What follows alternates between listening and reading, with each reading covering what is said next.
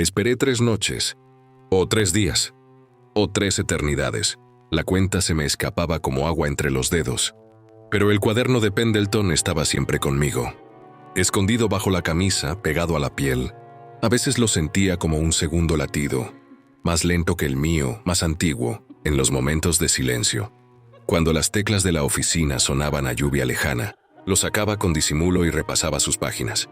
Los dibujos, las anotaciones, los nombres de los vagones que Pendleton había explorado a lo largo de más de un siglo.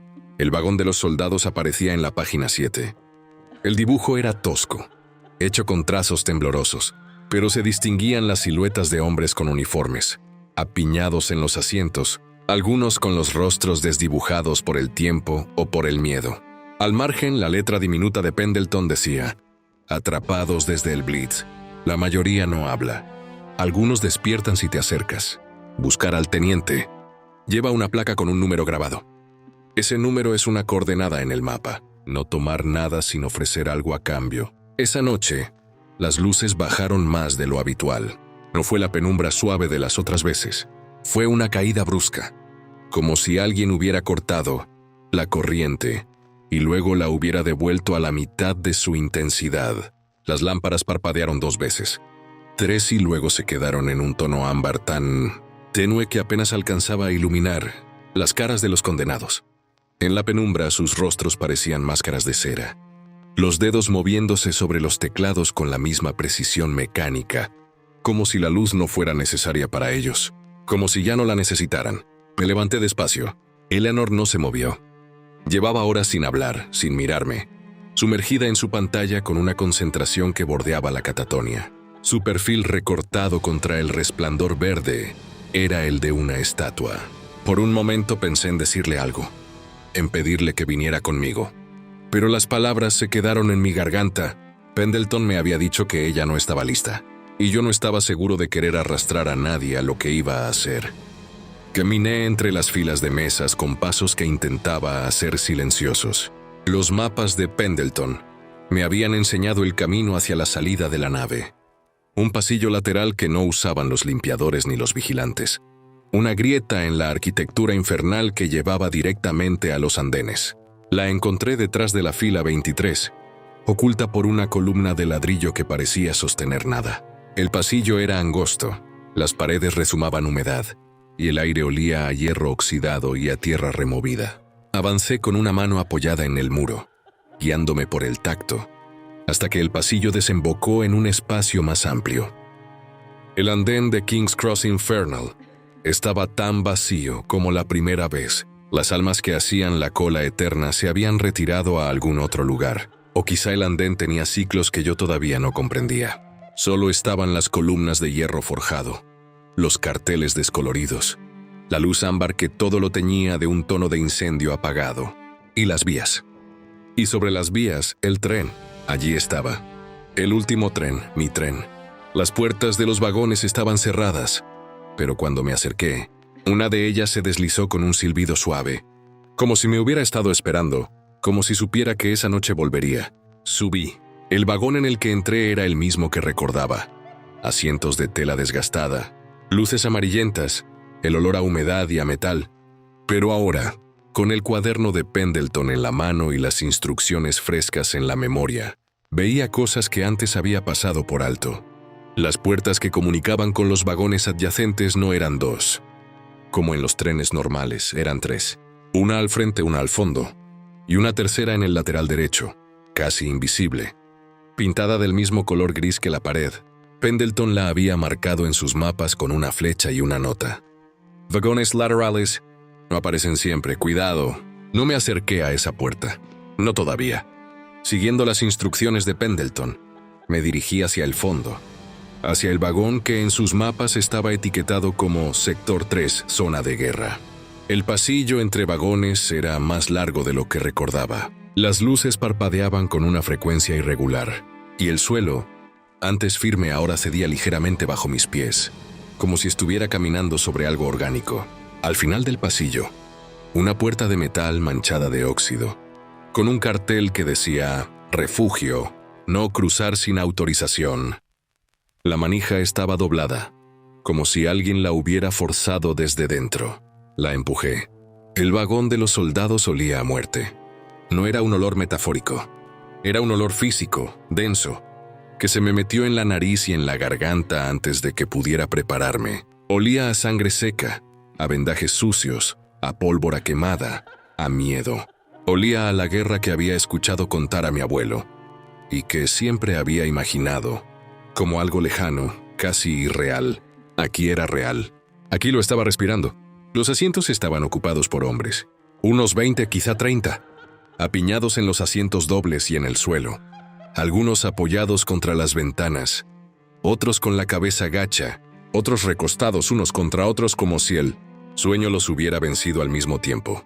Vestían uniformes de la Segunda Guerra Mundial, cascos de acero, chaquetas de lana, botas embarradas. Algunos tenían vendajes manchados de un rojo que ya se había vuelto marrón. Otros tenían las manos sobre el pecho, como si se hubieran dormido protegiéndose. Todos estaban quietos, demasiado quietos. Avancé un paso. El suelo crujió bajo mi pie, y el sonido reverberó en el vagón como un disparo. Ninguno de los soldados se movió. Sus pechos no se elevaban con la respiración. Sus ojos estaban cerrados o entreabiertos, fijos en algún punto del techo o de la pared, sin ver nada. Abrí el cuaderno de Pendleton, la página 7. Buscar al teniente. Lleva una placa con un número grabado. Recorrí las filas con la mirada, buscando entre las caras jóvenes y cansadas, entre las barbas de 3 días y las marcas de metralla. Al fondo, en un asiento individual, vi a un hombre diferente. Era más joven que los demás, o al menos lo parecía. Su uniforme estaba menos desgastado, sus botas menos embarradas. Tenía las manos apoyadas en los muslos y la cabeza ligeramente inclinada hacia un lado, como si estuviera escuchando algo que yo no podía oír. En el cuello, colgando sobre la chaqueta, una placa de identificación metálica. Me acerqué despacio, con los dedos rozando la página de Pendleton, repitiéndome las instrucciones. No tomar nada sin ofrecer algo a cambio. «Teniente», dije. Mi voz sonó débil, casi un susurro, pero en el silencio del vagón resonó como un trueno. El hombre no se movió. «Teniente», repetí más fuerte. Su cabeza giró. No fue un movimiento gradual, como el de alguien que despierta. Fue un latigazo, una sacudida que empezó en el cuello y terminó en los hombros, como si un mecanismo oculto se hubiera puesto en marcha. Sus ojos se abrieron de golpe, y por un momento vi algo que no supe nombrar. No era vida, no era muerte. Era algo intermedio, algo que había estado esperando en la frontera entre un estado y otro, y que ahora se veía obligado a elegir. «¿Quién va?», dijo. Su voz era áspera, cascada, como la de alguien que ha estado gritando durante horas sin que nadie lo oyera. «Me llamo Liam», dije. Estoy buscando algo, un número, una placa como la suya». El teniente me miró largamente. Sus ojos eran de un azul muy claro, casi blanco, como el cielo de invierno. Por un momento creí que no iba a responder, que se desvanecería como los demás, volviendo a ese sueño eterno del que lo había sacado. Pero entonces sus labios se movieron. «Thomas», dijo. «Teniente Thomas Fletcher, Tercer Batallón de Fusileros, Londres, 1940. «¿Thomas?», repetí. Ese era mi nombre. Hace mucho tiempo, ahora solo soy esto. Señaló con un gesto vago el vagón, los soldados inmóviles, las ventanas que no mostraban nada más que oscuridad. «¿Qué pasó aquí?», pregunté. Thomas me miró con una expresión que podría haber sido una sonrisa o una mueca de dolor. «¿Aquí? Esto no es un lugar. Esto es un recuerdo, el último recuerdo. Nosotros estábamos en el metro, el Blitz. Las bombas caían todas las noches. La gente se refugiaba en las estaciones, en los túneles. Nosotros bajamos para protegerlos, para mantener el orden. Pero una noche una bomba dio directo en la estación de Bank. El techo se derrumbó. Los túneles se inundaron de tierra y de humo. No pudimos salir». Se llevó la mano al cuello, tocando la placa de identificación. «Morimos aquí, todos, algunos rápido. Otros, Otros tardaron más. Oyeron los trenes pasar una y otra vez, sin parar. Gritaron pidiendo ayuda, pero los trenes no se detenían. Nunca se detenían. Cuando por fin dejamos de gritar, cuando por fin dejamos de respirar, el tren que no paraba se detuvo. Y nosotros nos despertamos aquí, en este vagón, sentados como si nada hubiera pasado, reviviendo los mismos minutos una y otra vez. Las bombas, el humo, la oscuridad. Su voz se había vuelto más tenue, como si el esfuerzo de hablar estuviera agotando algo que llevaba siglos acumulando. A veces, continuó, el tren se mueve, y nosotros nos movemos con él. Vemos otras cosas, otros vagones, otras almas, pero nunca podemos bajar, nunca podemos salir. Estamos atrapados aquí, en este recuerdo, hasta que el recuerdo se desgaste y nos deshagamos con él. ¿Y el número?, pregunté. El número de su placa, ¿qué significa? Tomás bajó la mirada hacia su pecho. La placa de metal reflejaba la luz amarillenta del vagón, con un brillo opaco. No lo sé, siempre ha estado aquí. Es mi número, mi identificación. Mi nombre en números. Pero una vez vino un hombre. Hace mucho tiempo, un hombre viejo, con barba blanca y un cuaderno. Dijo que el número era una clave, que si alguien lo llevaba a la locomotora podría abrir algo. Pero él no pudo. El revisor no lo dejó pasar. ¿Pendleton?, dije, casi sin querer. Tomás asintió. Ese era su nombre. Nos prometió que volvería, que encontraría a alguien que pudiera llegar hasta el final. Pero pasó el tiempo, y él no volvía, y nosotros seguíamos aquí, atrapados, esperando. Me miró fijamente. Por primera vez, en sus ojos azules apareció algo que no era cansancio ni resignación. Era esperanza. ¿O su sombra? ¿Eres tú?, preguntó. ¿Eres el que él prometió? No supe qué responder. Pendleton no me había dicho nada de una promesa. Me había dado el cuaderno, las pistas, la misión, pero no me había dicho que los soldados llevaban décadas esperando. Voy a intentarlo, dije. Voy a llegar a la locomotora, pero necesito el número, necesito su placa. Tomás no respondió. Sus dedos se cerraron sobre la placa con una fuerza que blanqueó sus nudillos. Por un momento, en sus ojos vi algo que me heló. No era esperanza, era miedo. Miedo a perder lo único que le quedaba, el último fragmento de su identidad, el nombre en números que lo distinguía de los demás condenados. Pendleton dijo que no podía tomar nada sin dar algo a cambio. Recordé. ¿Qué quieres? ¿Qué puedo darte? Tomás me miró largamente. Luego, despacio, con un gesto que parecía costarle un esfuerzo infinito, se llevó la mano a la boca. Metió 2 dedos entre los labios y extrajo algo. Un pequeño objeto redondo, del tamaño de una moneda, que brilló en su palma. Un botón, dijo, de mi uniforme. Es lo único que me queda, pero hay algo más. Algo que quiero más que eso. Dime, cuando llegues a la locomotora, cuando encuentres lo que buscas, acuérdate de nosotros, de los que no pudimos salir, de los que nos quedamos aquí, en este vagón, esperando un tren que nunca llega.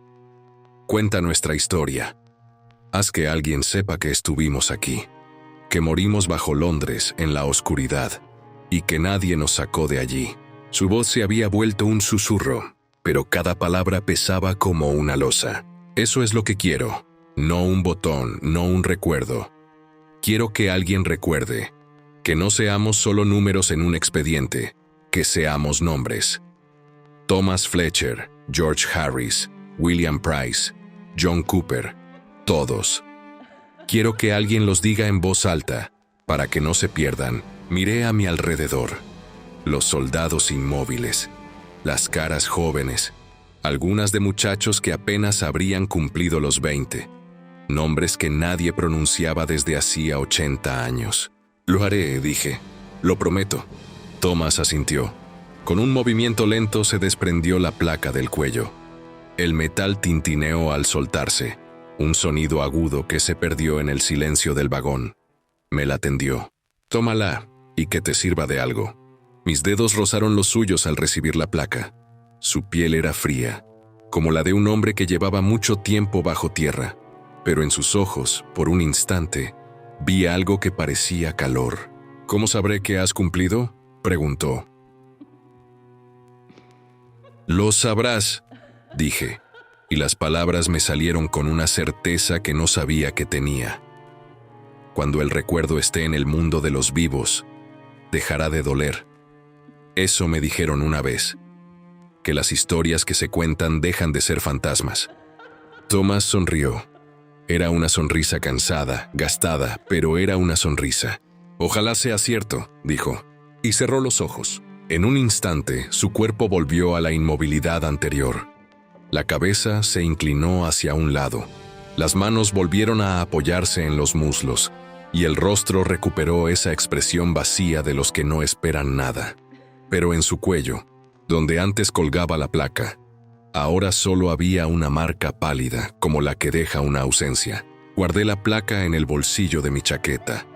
El metal estaba frío, pero al contacto con mi piel me pareció que vibraba, como si aún conservara el eco de las palabras de Thomas, o de los latidos de un corazón que ya no latía. Di media vuelta y caminé hacia la puerta. Mis pies hicieron crujir el suelo, y esta vez el sonido no me pareció ajeno. Me pareció el eco de los pasos de todos los que habían pasado por ese vagón antes que yo. Pendleton, quizá otros, almas condenadas que habían buscado el mismo camino y no habían llegado al final. Cuando llegué a la puerta, cuando tenía la mano en la manija, oí una voz a mis espaldas. No era la de Thomas, era otra voz, más joven, más débil. Parecía venir del fondo del vagón, de algún rincón donde la luz no llegaba. «Señor», dijo la voz. «Señor, ¿nos recordará?». Me volví. No vi quién había hablado. Las figuras inmóviles seguían en sus asientos, impasibles, como si nada hubiera ocurrido. Pero en algún lugar del vagón, en algún cuerpo que quizá ya no podía moverse del todo, había una conciencia despierta, escuchando, esperando. «Los recordaré», dije. «Todos, lo prometo». No hubo respuesta. Solo el silencio de los muertos que no pueden hacer otra cosa que esperar. Salí del vagón y cerré la puerta detrás de mí. El pasillo estaba igual que antes. Luces parpadeantes, suelo que cedía, olor a humedad. Pero ahora el cuaderno de Pendleton pesaba más en mi bolsillo, y la placa de Thomas latía contra mi pecho como un segundo corazón. No sabía si el número que llevaba grabado me llevaría a la locomotora. No sabía si Pendleton tenía razón sobre el billete original o sobre la posibilidad de escapar. Pero sabía una cosa. Los soldados del vagón número 7 llevaban 80 años esperando que alguien recordara sus nombres, y yo, aunque no pudiera salvarlos, al menos podía hacer eso. Cuando llegué a mi mesa, Eleanor ya no estaba. No la vi en las filas cercanas, ni en las lejanas. Su silla estaba vacía, y en su pantalla verde parpadeaba un mensaje que no alcancé a leer antes de que desapareciera. Por un momento pensé que tal vez se había ido al baño, o a la cola eterna de las ventanillas, o a algún otro lugar de aquella burocracia infinita. Pero algo en el aire, algo en la luz más tenue de lo normal, me dijo que no. Eleanor se había ido, y no sabía si había sido por voluntad propia o porque alguien la había llevado. Me senté en mi silla. Saqué la placa de Thomas y la puse sobre la mesa junto al teclado. El metal brillaba bajo la luz de la lámpara, mostrando un número grabado. 789-234. Lo miré largamente. No significaba nada para mí. Era solo una serie de dígitos, un código sin contexto. Pero en algún lugar, en algún vagón de aquel tren infinito, ese número era una coordenada, una llave, una pista que Pendleton había dejado sin resolver. En la página 7 de su cuaderno, al final de las anotaciones sobre el vagón de los soldados, Pendleton había escrito algo que yo había pasado por alto en la primera lectura. Ahora lo releí, con la placa caliente en la mano. El número que lleva el teniente es la primera coordenada. Lleva a la página 13. En la página 13 está la siguiente pista. Pero para llegar a la página 13, primero tienes que encontrar el vagón de los secretos.